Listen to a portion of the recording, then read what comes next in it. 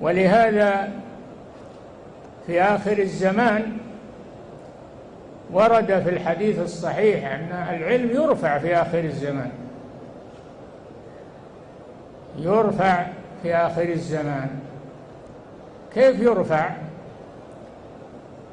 لا يرفعه الله انتزاعا ينتزعه من الناس، وإنما يرفع العلم بموت العلماء، يرفع العلم بموت العلماء.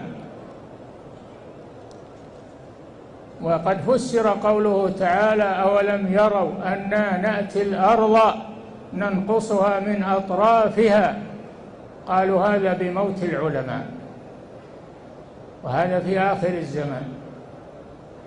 حتى إذا لم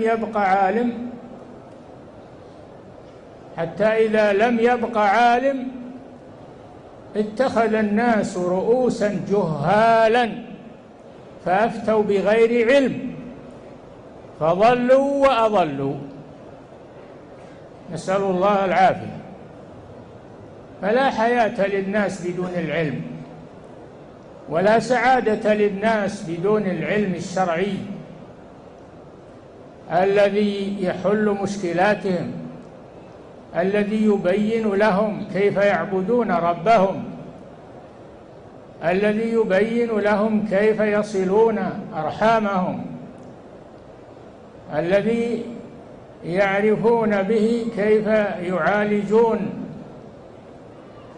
الجنايات والمعتدين لكف شرهم. لا بد من هذا.